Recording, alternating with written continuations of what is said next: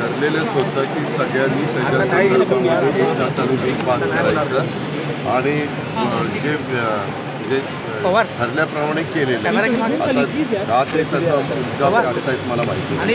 तुम्ही पण बघितलं की एक मताने केलेला त्याच्याबद्दल स्वतः त्यांनी पत्र दिलेल्याचं उत्तर तुम्ही सगळ्यांनी ऐकलेलं आहे. मुख्यमंत्र्यांनी दिलेलं मुख्यमंत्र्यांनी सांगितलं 6 लाख त्याच्याबद्दलच्या वेगवेगळ्या लोकांच्या हरकती आलेल्या आहेत. त्या हरकतीच्याबद्दलची सगळी शहानिशा करून त्याची पूर्णपणे माहिती घेऊन त्याबद्दलचा अंतिम निर्णय घेतला जाईल. कारण 6 लाख हरकती एका म्हणजे त्याला काही काळ लागणार आहे. तर सगळं तपासायचं काम चालू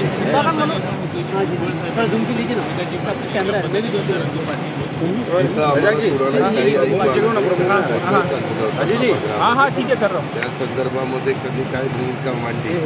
बिल तर पास झालेलं होतं, सगळं काही झालेलं होतं. त्यांनी पहिल्यांदा शांत असताना एवढंच आमच्या कानावर आलं की माझ्या स्वतःच्या जीविकाला धोका आहे, मला धमक्या येत आहेत, त्यामुळं मला काही बोलायचं. वास्तविक सभागृहातल्या कुठल्याही सदस्यांना जर काही धमक्या येत असेल तर कुणी सभासद असेल तर बोलून घेतात. परंतु नंतर काय बोलायला त्यांनी सुरुवात केली तेव्हा सगळीकडनं गोंधळ सुरू झाला, समोरनं पण गोंधळ सुरू झाला आणि त्या गोंधळातच मग नंतर मला वाटतं सभागृह सदावर्तींनी आता सर्वोच्च न्यायालयात याच्या संदर्भात याचिका दाखल करण्याची भूमिका घेतली. ते म्हणतात की लोकशाहीमध्ये कुणी काय करावं हा संविधानाने आणि घटनेने अधिकार प्रत्येकाला दिलेला आहे. त्या अधिकाराचा वापर करून कुणी काय करावं हा ज्याचा त्याचा प्रश्न आहे.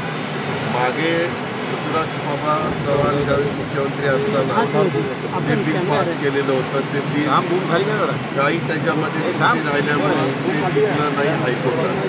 देवेंद्र फडणवीसांनी पास केलेलं बिल नंतरच्या काळातलं ते हायकोर्टात टिकलं पण सुप्रीम कोर्टात टिकलं नाही. आता हायकोर्टात का टिकलं नाही त्याच्याबद्दलची तज्ज्ञ वकिलांच्याकडनं सगळी माहिती घेण्यात आली, त्यांच्याशी चर्चा करण्यात आली, ॲडव्होकेट जनरलची चर्चा करण्यात आली.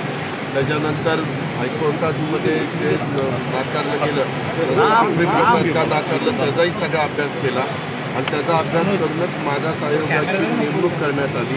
मागास आयोगाची नेमणूक केल्यानंतर मागास आयोगाने जवळपास 2.5 कोटी लोकांचे म्हणणं त्या ठिकाणी घेतलं. म्हणूनच त्याला थोडा उशीर झाला आणि ते म्हणणं घेऊनच बाबा राजकीयदृष्ट्या नाही पण सामाजिकदृष्ट्या आणि शैक्षणिकदृष्ट्या हे बिल पास करायचं असं ठरवलं. सगळ्यांनी त्याला मान्यता दिली. कारण आज दुपारी हाऊस सुरू व्हायच्या आधी राज्यपालांचं अभिभाषण झाल्यावर अध्यक्ष महोदयांनी सगळ्या गटनेत्यांना बोलवलेलं होतं आणि सगळ्यांच्या बरोबर चर्चा केली. सगळेच म्हणाले की या संदर्भामध्ये एकमताने आपण हे बिल पास करू, खाली पण आणि वर पण. फक्त मुख्यमंत्र्यांनी ते बिल मांडायचं होतं म्हणून मुख्यमंत्र्यांनी बिल मांडलं आणि त्यांना जी काही भूमिका त्याच्यामध्ये मांडायची होती ती पण बिलाच्या माध्यमातून त्यांनी सभागृहाच्या समोर आणि सभागृहाच्या मार्फत जनतेच्या समोर ठेवली. तुम्ही जरांगेंना काय अपील कराल, कशा संदर्भात भूमिका कराल? राज्याच्या प्रमुखांनी अपील केलंय की नाही, रेकॉर्डवर आलंय की नाही. राज्याचे प्रमुख 12.5-13 कोटी जनतेचे ते मुख्यमंत्री मुख्यमंत्र्यांनी स्वतः अपील केलेलं आहे. आता अपील केल्यानंतर म्हणजे प्रतिसाद द्यायचा नाही द्यायचा त्याचा प्रश्न